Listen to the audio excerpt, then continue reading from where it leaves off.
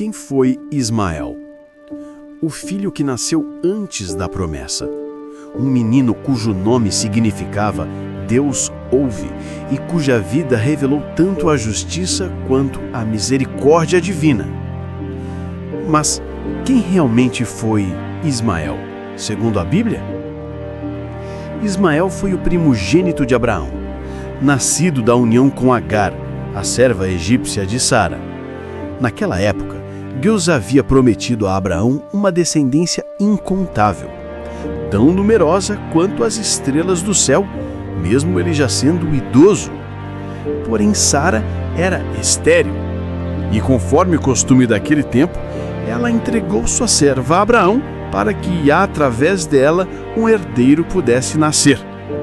E assim começou a história de Ismael, uma história marcada por fé, conflitos e propósitos eternos. Quando Ismael nasceu, Abraão já tinha 86 anos, e mesmo antes do nascimento de Isaque, a Bíblia mostra que Abraão amava profundamente aquele menino.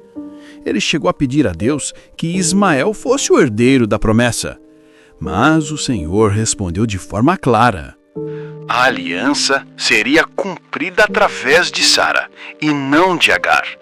Ainda assim, Deus assegurou que Ismael também seria abençoado e se tornaria pai de uma grande nação. Anos se passaram. Quando Ismael tinha 13 anos, Deus renovou sua aliança com Abraão e instituiu a circuncisão como sinal desse pacto. E foi nessa idade que Ismael também foi circuncidado. Por isso, até hoje, algumas tribos árabes mantêm essa tradição de circuncidar os jovens aos 13 anos de idade. Cerca de um ano depois, um milagre aconteceu. Sara deu à luz Isaque. O nascimento de Isaque trouxe alegria, mas também despertou ciúmes, rivalidade e dor. Desde antes do parto, já havia a tensão entre Sara e Agar. A Bíblia relata que, ao engravidar, Agar passou a desprezar sua senhora, um erro grave diante das leis e costumes da época. Em resposta, Sara a afligiu e Agar fugiu para o deserto. Mas foi ali, no silêncio e no sofrimento, que o anjo do Senhor apareceu a ela. E com voz compassiva disse: volta para tua senhora e humilha-te sobre as suas mãos. O anjo também anunciou o destino do filho que ela carregava. Darás à luz um filho e chamarás o seu nome Ismael, porque o Senhor ouviu a tua aflição. Gênesis 16:11. Agar obedeceu. E por um tempo a paz voltou à tenda de Abraão. Mas essa tranquilidade durou pouco. Quando Isaque foi desmamado, Ismael zombou de seu irmão. Um gesto simples, mas que acendeu em Sara uma chama de indignação. Ela exigiu que Abraão mandasse embora Agar e seu filho. Esse pedido era doloroso e até contrário aos costumes da época, pois Ismael era considerado filho legítimo de Abraão e de Sara, já que nascera de sua serva pessoal. Abraão ficou profundamente angustiado, mas Deus lhe falou novamente, dizendo: não te pareça mal por causa do moço e da sua serva. Em tudo que Sara te disser, ouve a sua voz, porque em Isaque será chamada a tua descendência. Gênesis 21:12. E o Senhor ainda prometeu: mas também do filho da serva farei uma nação, porquanto é tua descendência. Gênesis 21:13. Abraão, com o coração pesado, despediu Agar e Ismael. Eles partiram pelo deserto de Berseba, levando pão e um odre de água. Mas em meio ao calor implacável, a água acabou. Exausta e desesperada, Agar colocou Ismael debaixo de uma árvore e se afastou, dizendo: que eu não veja morrer menino. Gênesis 21:16. Foi então que o Deus que ouve agiu novamente.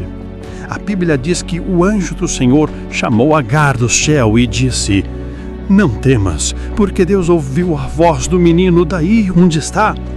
Levanta-te, ergue o rapaz e sustenta-lo pela mão, porque dele farei uma grande nação. Gênesis 21, 17 e 18. Deus abriu os olhos de Agar e ela viu um poço d'Arba. Eles beberam e a vida foi preservada. Ismael cresceu no deserto e se tornou um hábil arqueiro, símbolo de força, sobrevivência e independência. Ele viveu no deserto de Parã e sua mãe lhe tomou uma esposa egípcia. Com o tempo, Ismael teve 12 filhos que se tornaram príncipes e fundaram 12 tribos, conforme está escrito em Gênesis 25, de 13 a 15. Essas tribos deram origem aos ismaelitas, conhecido como o povo nômade no deserto. E, segundo a tradição árabe, Ismael é considerado o ancestral dos povos árabes. Mesmo havendo tensões do passado, a Bíblia mostra que Ismael e Isaac se reconciliaram. Os dois estiveram juntos quando sepultaram seu pai Abraão na caverna de Macpela. Gênesis 25, 9. Isso mostra que, apesar das diferenças, o sangue e o propósito de Deus falaram mais alto. Ismael viveu 137 anos. A Bíblia não menciona o local exato de seu sepultamento, mas a tradição muçulmana acredita que ele foi enterrado em Meca, lugar que séculos depois se tornaria centro da fé islâmica. O Novo Testamento também faz menção a Ismael. O apóstolo Paulo, em Gálatas 4, usou sua história para ilustrar a diferença entre o filho da escrava, nascido segundo a carne, e os filhos da Nendre, nascido segundo a promessa. Paulo não condena Ismael, mas revela que sua vida simboliza a tentativa humana de alcançar a promessa por meios naturais, enquanto Isaac representa o poder sobrenatural de Deus em cumprindo a impossível. Assim, Ismael nos lembra de uma verdade eterna. Mesmo fora da aliança principal, Deus nunca o abandonou. Ele ouviu, sustentou e cumpriu sua palavra. Porque o Deus da promessa também é o Deus da misericórdia. A história de Ismael não é somente apenas de rejeição, mas de graça. Ela mostra que Deus não esquece aqueles que sofrem o deserto, nem ignora os que clamam em aflição. Ismael viveu fora da promessa, mas jamais fora do alcance do amor de Deus.